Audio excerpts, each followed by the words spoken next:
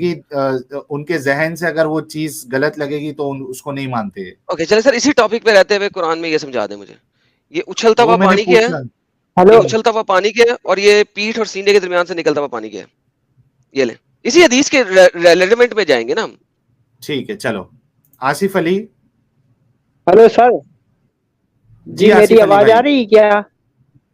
आ रही है ना हम सर? हमने ये नहीं कहा जी, हमने ये नहीं कहा कि मैं हदीसों को नहीं मानता हूँ। जो ठीक है। कुरान से नहीं टकराएगी, कुरान के विरुद्ध हदीस नहीं जाएगी, उसे तो मानेंगे। क्यों नहीं मानेंगे? जो बेहतरीन। कुरान की शिक्षा के विरुद्ध जाएगी, तालीमात के खिलाफ जाएगी, लॉजिक के खिलाफ जाएगी, यानी कुरान भी लॉजिक के विरुद्ध नहीं जाता है। तो सर आपकी बात कहने का सुन ली, मतलब ये हदीस, हदीसें ये जो अगर हदीस है आपके सामने, ये जो हदीस आपके सामने है, आपके अपने पॉइंट के मुताबिक कुरान की किस आयत के इनहराफ कर रही है, प्लीज वो भी बता दें सबको। कौन सी हदीस जो ये जो जिसकी सामने आप, चर्चा चल रही है? जी जी बिल्कुल बिल्कुल। अच्छा, हाँ देखना पड़ेगा कि कुरान ने जो नबी के बारे में जो बताया है, मिजाज बताया है और उनका कैरेक्टर बताया है, तो वो क्या उसका कैरेक्टर जो बताया जा रहा है कुरान में, सर ये क्या करेक्टर ऑफ नबी ये के बारे में है ही नहीं सर, एक सेकंड एक सेकंड एक सेकंड, सॉरी सर मुझे आपको काटना पड़ रहा माजरत के साथ, लेकिन सर ये अच्छा नबी के अच्छा करेक्टर के बारे में तो है ही नहीं। ये तो एक हम्म, बंदा और बंदी कैसे पैदा होंगे उनके बारे में है। तो आप मुझे बता सकते हैं कि कुरान की किस आयत के ये खिलाफ जा रही है? जी ये अभी तो बैठे बैठे हम नहीं बता पाएंगे, ये है कि हम अगली स्ट्रीम में आएंगे तो हम ये सर मैं बात आपको बता गारंटी देंगे, दूं, बाकी मैं बातें। आपको गारंटी दूं कि कुरान जी की जी, किसी आयत के इनराफ नहीं जा रही। हाँ हाँ, आप मेरी आप गारंटी मानेंगे? अपनी मर्जी से बात करिए। मैंने कहा आप मेरी गारंटी देखिए, मानेंगे कि कुरान में इस किस्म की कोई आयत नहीं है, लिहाजा ये कुरान के इनराफ नहीं जा सकती। हम देख कर ही बताएंगे, उसे रिसर्च करेंगे फिर तब हम बताएंगे। जल्दबाजी में आदमी को नहीं बोलना चाहिए उल्टा सीधा। सर मैं आपको बता रहा हूँ ना, आप अगले 10 साल भी ले लें तो कोई इसके इनहराफ आयत नहीं ला सकेंगे कुरान में से, क्योंकि है नहीं।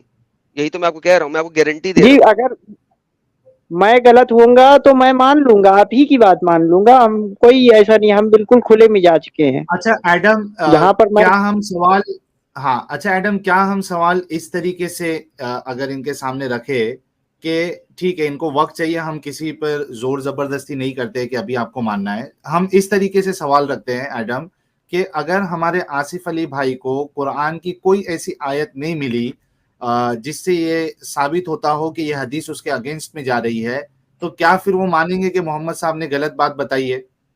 बिल्कुल सही क्वेश्चन है सर। ठीक है ना, इस तरीके से रखते हैं। यस आसिफ सबर भाई। की जहां तक बात है, एक सबर मिनट की सर, जहां तक थोड़ा बात है, मैं अपने पॉइंट रखना चाहूंगा पहले। हेलो सर, जी जी जी बोलो। ये मैं ये नहीं कह रहा हूँ कि ये कुरान में लिखा है, ये नहीं लिखा है।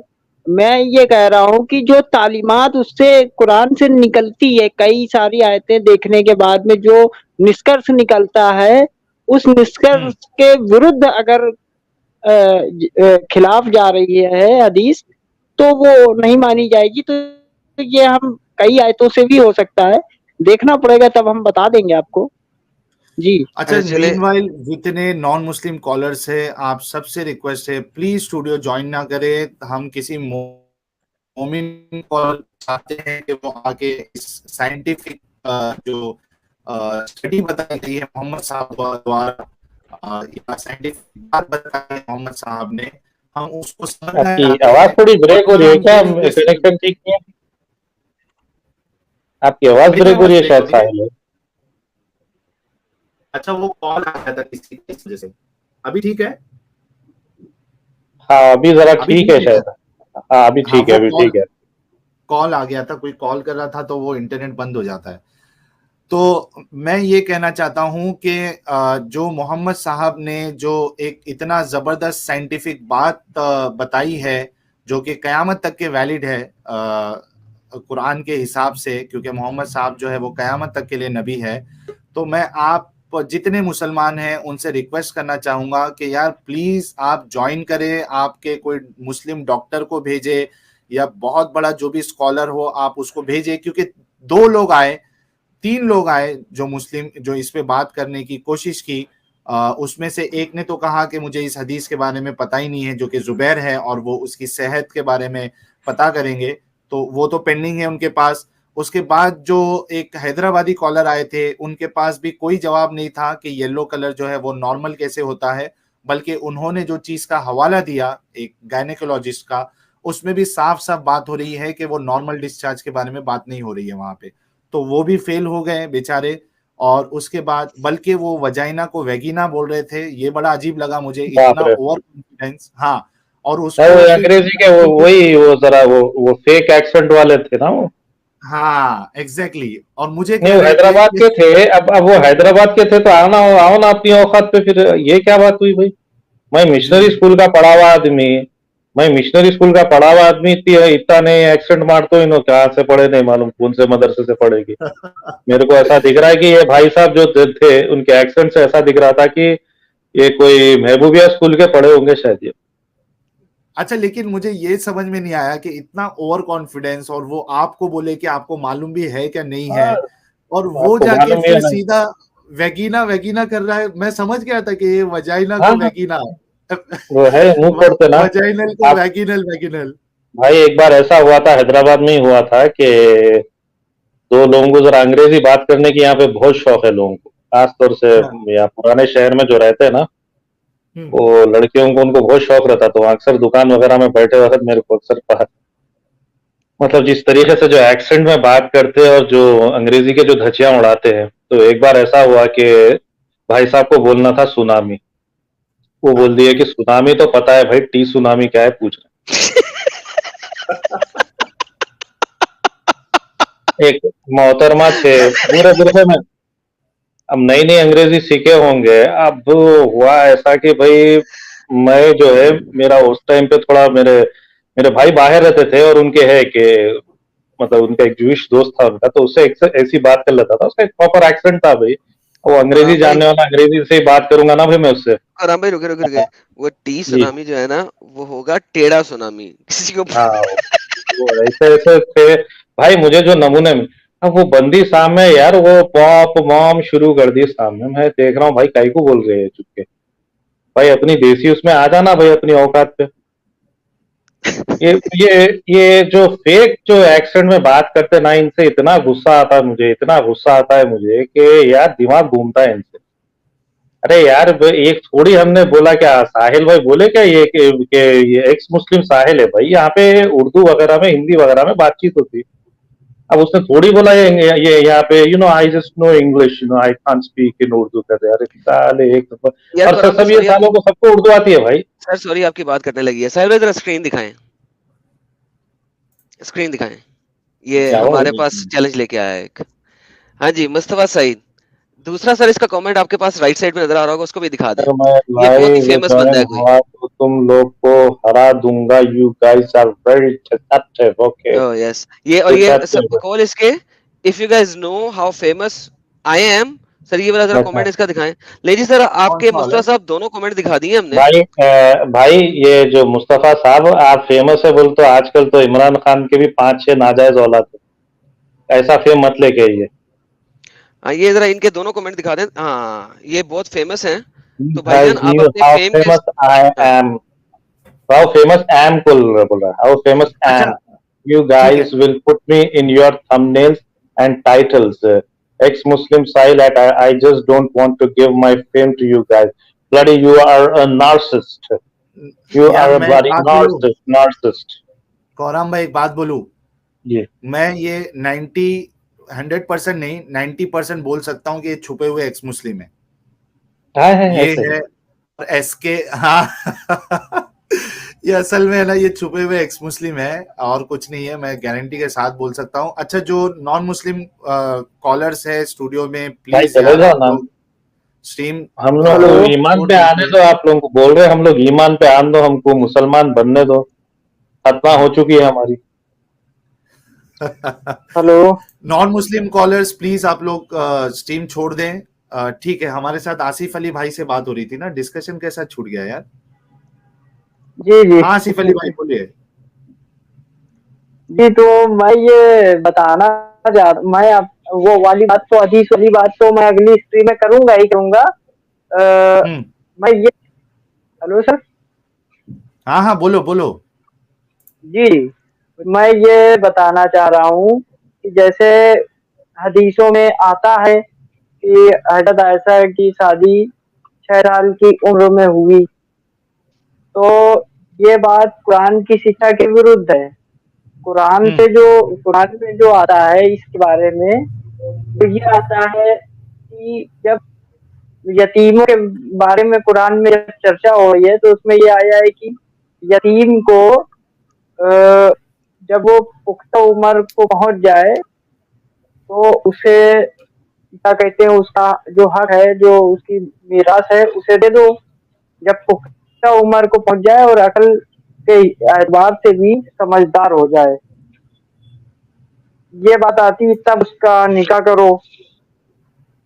निकाह का आया है या नहीं आया है, लेकिन कुरान से सबूत मिलता है कि पुख्ता उम्र हो जाए और अकल के एतबार से भी तैयार हो जाए। साहिल साहब स्क्रीन तो दिखाएं। ये तो शायद, जी हाँ जी सर, ये जरा कुरानी आयत पढ़िएगा।